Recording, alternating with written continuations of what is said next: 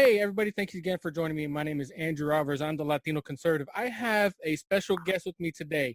This is Mr. Johnny Teague. He is running for Congress, for U.S. Congress right now, against somebody that actually got me wanting to run for Congress too. This one person, him and another representative in Houston, got me wanting to run for Congress, which is a future goal of mine.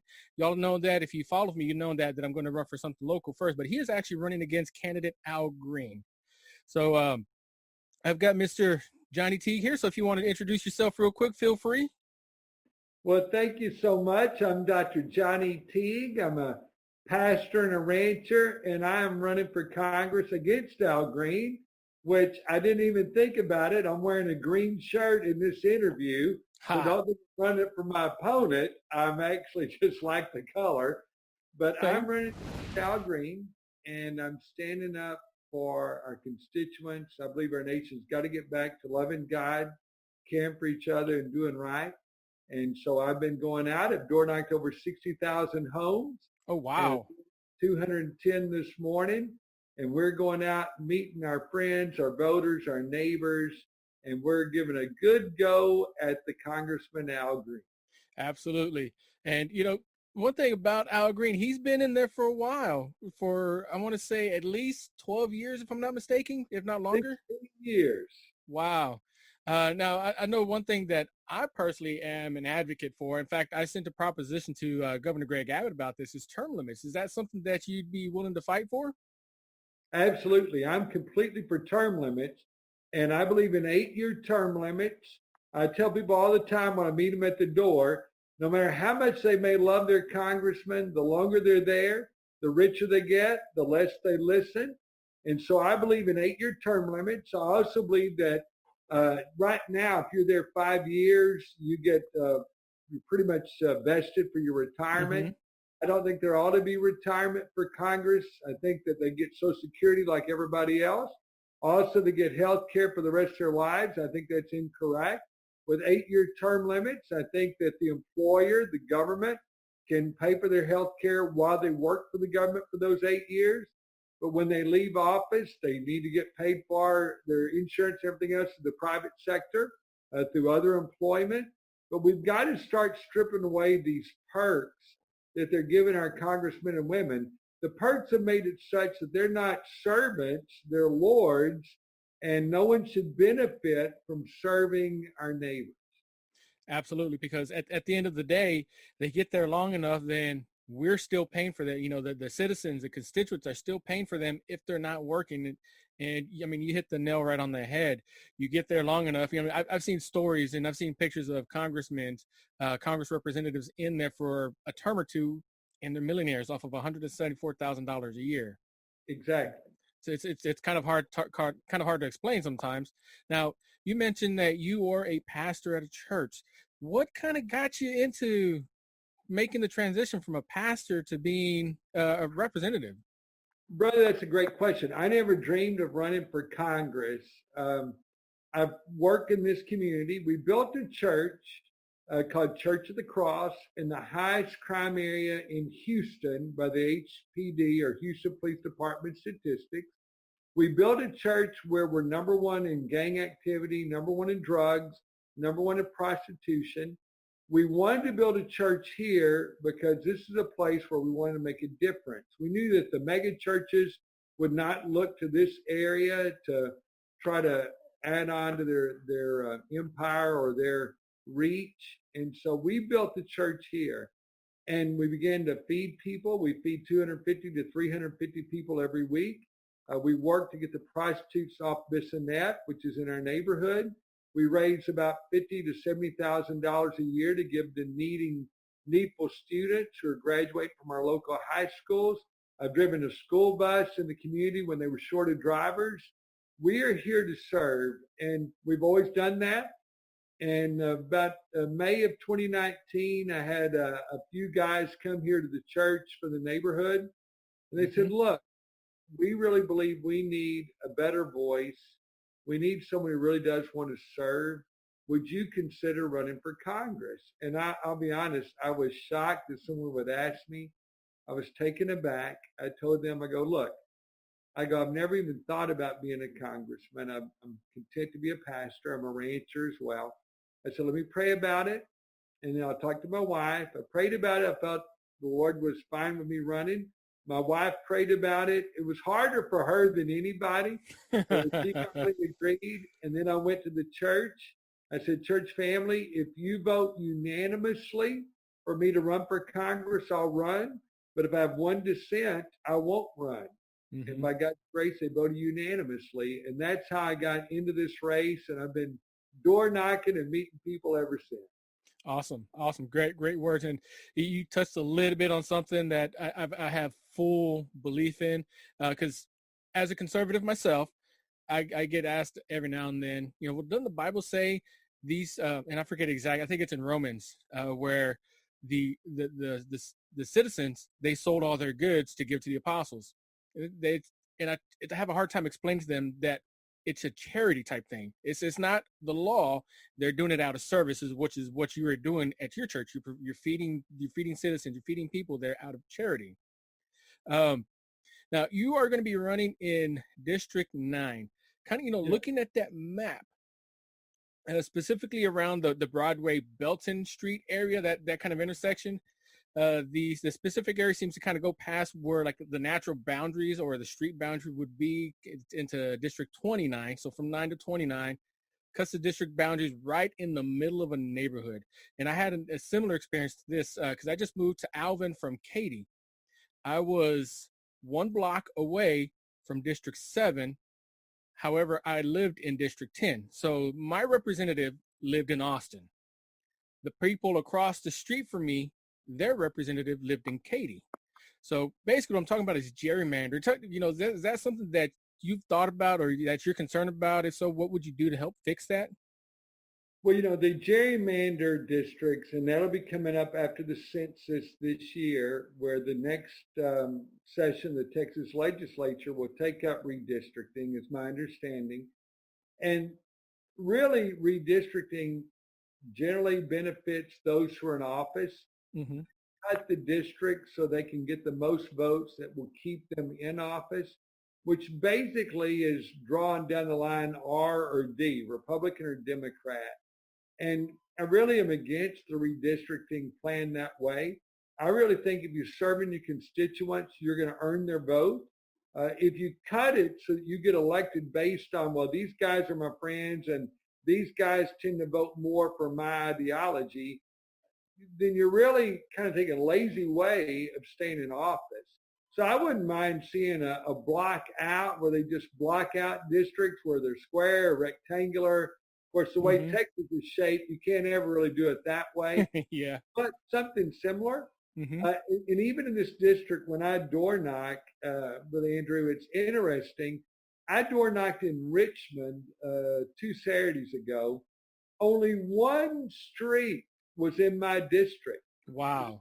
On the left side was in Congressman Olson's. Mm-hmm. The street on the right side was Congressman Olson's. It was the weirdest thing that just one street was in my district. And that confuses everybody. It does. It makes things complex. And we need to make the complex a little bit more simpler, a little bit more honest. Yes. You can drive down Highway 6 and go in one district, out of another district, back into the same district you just left. And it's a mess, I think. It is. Tell me a little bit about what's one of the first things you might do if you were to win this election, which hopefully you do. Very first thing will be term limits. I've told everybody that's going to be it. The first bill, not the only Mm-hmm. thing I'll do. But Senator Cruz has shown an interest in term limits on the Senate side. I think they're looking at 12 years. Mm-hmm. I believe in 8 years on the House side. I also believe in what we just discussed earlier, that in that bill, we set term limits at 8 years. We restrict retirement to just Social Security and just time served. And we restrict health care for the congressman only for the 8 years or less that they serve. And I think that would be my number one first bill. In fact, I've told my constituents that would be the first one I offer. Mm-hmm. And then after that, we need to start looking at the budget. We're $26 trillion in debt. We have not had a budget in many years. We just do a continued resolution. which prevents us from being fiscally sound. It prevents us from being fiscally responsible, and it keeps us from having to make hard decisions on where we're spending our money as a government. And so one of my next things to do, we've got to get a budget back in place. And then I think other things we got to deal with, got to continue to work on our defense. We got to deal with the healthcare issue. We got to deal with China and Russia.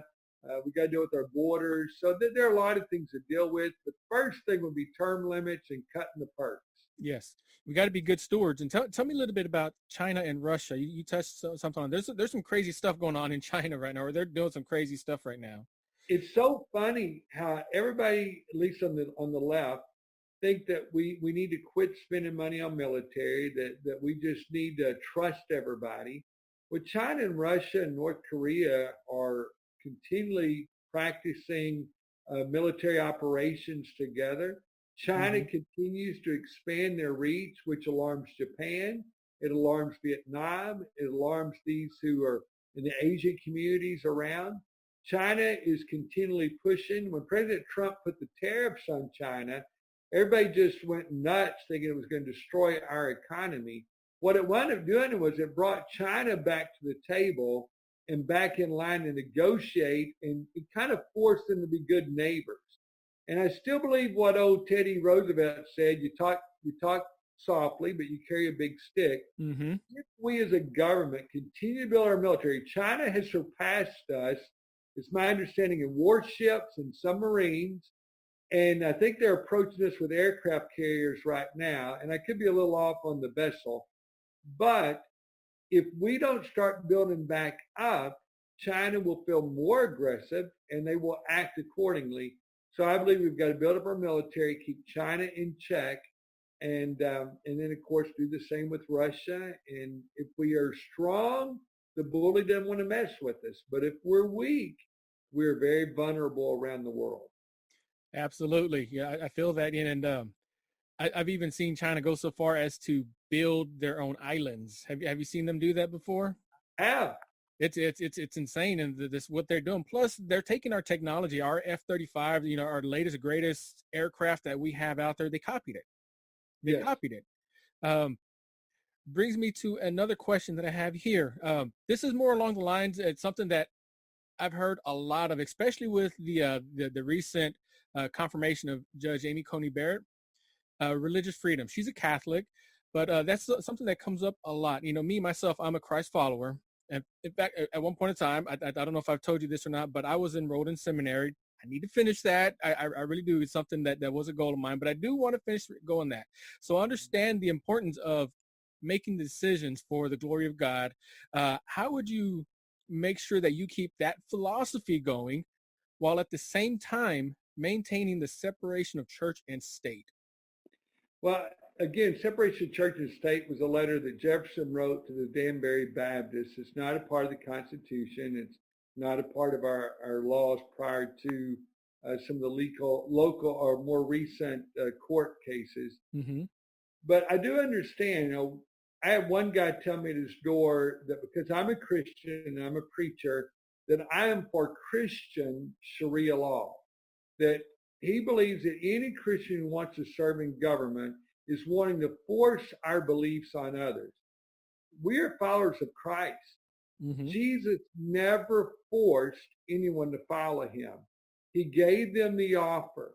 He lived for them. He loved them. He cared for them.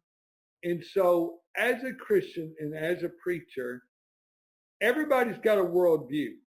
Some have a Christian worldview. Some have a humanist worldview. Some have a Buddhist worldview.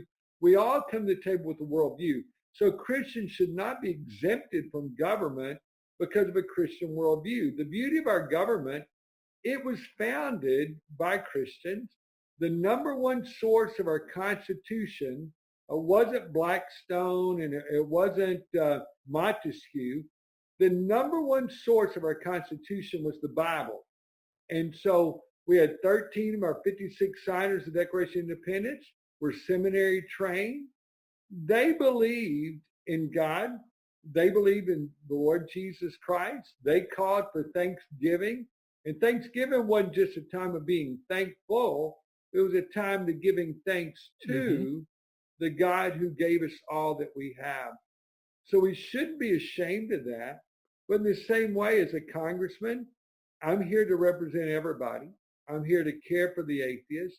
I have a Muslim family in Richmond that are supporting me 100%. They're going door knocking. They're reaching their friends. They're asking people in their mosque to vote for me. We have people in our Asian community who are Buddhist on Bel Air, and they are working fervently to get me elected. I'm not Buddhist. I'm a Christian. They know that. But they know that I'm going to do what's right, and they know I'm going to care for them. And that's what a Christian ought to be.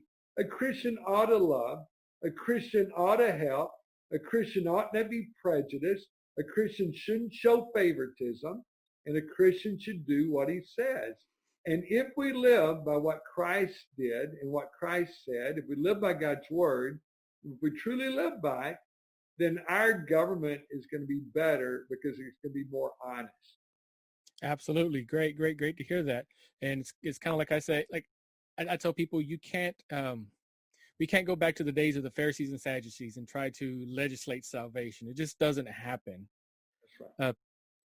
So on that same note, another touchy topic, but I know, I've gotten a lot of heat over my opinions on this. How do you feel about abortion? Man, I'm completely against abortion. I took that stand. I've been endorsed by many of our pro-life groups, Mm-hmm. like all the ones that have interviewed me. I always give this caveat, Brother Andrew, and this is the one thing I struggle with most. I'm against abortion. I think it should be outlawed, except in the case of a mother's life's in danger. And then I make the caveat also the exception of rape. Now, people will say mother's life's in danger, rape and incest. Well, I believe rape and incest are the same. Mm-hmm. And so I don't differentiate between the two. In the same way, though, I think it could be allowed in those cases because I do believe the Lord cares for the mom. I believe God loves the mother, loves the woman. And if a woman is raped and becomes pregnant, and the chances of that happening, Brother Andrew, are slim, but if a woman gets pregnant by a rapist, I think her whole mental health, her whole attitude has to be weighed. I do believe there's nothing more noble than to carry that baby. But Mm-hmm. that would be the only exception that the mother's life's in danger. But I'll give you a true life example here in the church I pastor. We had the oldest mom on record. Miss Francesca got pregnant at age 68. Her and Mm-hmm. her husband, I married them. They were both widowed. Her husband was 72. At 68, she came to the door of the church where she was leaving, and she said, Pastor, I'm pregnant. I thought she was teasing. I knew she was Wow. 68. And I go, yeah, okay. And she said, no, really, Pastor, I'm pregnant. And she goes, please pray for me. And I prayed with her and her husband. They went to Ben Taub. Ben Taub told her, please abort this baby. They said, Francesca, you will not live through the delivery. And the baby, if it survives delivery, will be deformed or will have some huge mental problems. We beg you to abort that baby. And Brother Andrew, we prayed together, and Miss Francesca and her sweet husband decided we're going to do what's right. And they carried that baby. And that baby, Victoria, was born on the birthday of Francesca. Francesca gave birth Wow. 69. And today that little baby is 2.5 years old. She runs around this church. Smart. She is sharp. She is as smart and as able and capable as any child in this church. And Martin and Francesca run around, tend to their little baby with joy. Francesca had not one problem in delivery. So when we say mother's life's in danger, her life was in danger, but she trusted the Lord. And I do believe we have to walk by faith, not by fear. But I Mm-hmm. do that is every person's decision that they would need to make. Wow, that's a great story. Great. So we're touching some on healthcare now. I've got my personal opinion on this. I personally believe that if I am unsatisfied with a service, cell phone service, my car insurance. I should be able to, I can change that at any time I want. Do you see a way, or do you have any sort of plans of making health insurance that way as well? I understand the necessity for it, kind of like car insurance. You buy it with the hope of not having to use it. But do you see a way for us to be able to maybe put health insurance on an open market so it can be more competitive, be more affordable? I kind of cringe to use the word affordable healthcare, but you get the point, right? I do. And I tell you what, Brother Andrew, I read your stance on that and I love it. And I think you put it in great terms, great capitalistic terms, great free market terms. It's just like your cable provider, your phone provider. Of course, phone providers want you in a contract. Cable providers want you in a contract. Mm-hmm. But honestly, you can move from one to the other pretty freely. And I believe that should be the case for healthcare. I believe we should remove all boundaries as far as interstate lines. Mm-hmm. I think that we need to put it out in the open market and let them compete. If they compete, we get a better product at a better price. When we let gas companies compete, we get lower gas prices. When we let Walmart compete against Amazon and Target, we get better prices. And the companies are always going to make sure they make a profit. Absolutely. I use the illustration all the time. Back when I was growing up, the richest guys in our county, I was from a small county in Glen Rose, Texas, Somerville County. Mm-hmm. The richest guys, we only had 2 doctors, but they were the richest guys in the county. And yet my parents paid for health care out of their pocket and they could afford it. Back then, the doctors were wealthy. The people could afford it and everybody got health care. Today, the doctors are losing money. People can't afford to pay for health care. And then the question is, well, where's the money going? And I believe it's going into the way they segment the healthcare insurance industry, where the health insurance companies are probably the only ones making money. You look at the biggest buildings in the cities, they're health insurance companies that have the largest, tallest buildings. And so we need to go back to a free market system. And you're right about Obamacare. I told a constituent door knocking the other day, I said, look, I looked at Obamacare when the church was paying for my insurance. They pay for it now. But I was looking at it and I was shocked that the premium was almost $2,000 a month and my deductible was $10,000. That is affordable health care. Not very affordable. Health care. Yeah, it's not affordable. And so I think the people who are for it generally are those who are subsidized, but the rest of us are being butchered with it. And Absolutely. So we've got to go to the free market. We've got to rethink it. We've got to get back to what it ought to be. And we need to watch the health insurance companies as well. Yes. And it's either, I have Obamacare or I have my employer's insurance and I can't get that insurance to the beginning of the year or the end of whatever open enrollment is. I can't change it. I can't do anything I need to until open enrollment, unless I get married or have a kid. Yeah. So, yeah, absolutely. And yeah, you're right too. I've had more than one people tell me, once I started trying to be a voice for people, I've had more than one people say, hey, my premium went up from $500 a month to $2,000 a month. My prescriptions cost this now. I take insulin and, I was a victim of that. My insulin went from free 99 is what I like to call it, to $4.99 a month. Yeah. So I definitely felt that myself as well. In the same way, Brother Andrew, we can't have government dictate who ought to get health care and who ought not get care. And if I need some sort of elective surgery, that should be between me and my insurance company. The government should stay on it. And we should never surrender our freedoms to the government, and that includes our health care. Absolutely. 100% agree with you on that. Now, you've got some pretty big competition here going on. I know Al Green, your opponent, has some pretty big backing and support himself. And District 9 also seems to be relatively blue right now. Why? So tell me this: why should voters vote for you as opposed to someone that's been in there, that's got a history with with being a congressional representative, even though he, kind of almost headed up a fake impeachment trial. But why should they vote for you as opposed to Al Green? Well, I think a lot of it has to do with focus. My beliefs and my ideology is completely opposite of Congressman Green. I believe in the individual freedom. I believe that we are responsible for ourselves. I don't believe I need the government to tell me to turn around and don't drown. I can figure that out myself. I don't need the government to tell me to carry an umbrella. It may rain, or a weatherman for that matter. I've got common sense. We've gotten to the point where we believe government is smarter and can make decisions for us. That's where my opponent is. I want to return freedoms to our people. But beyond that, I again have a Christian worldview. And the vast majority of my constituents, because I am to represent them, they have the same worldview, that we have got to get back to loving God, and we've got to get back to understanding there is a truth, there is a right, and there is a wrong. It's not gray.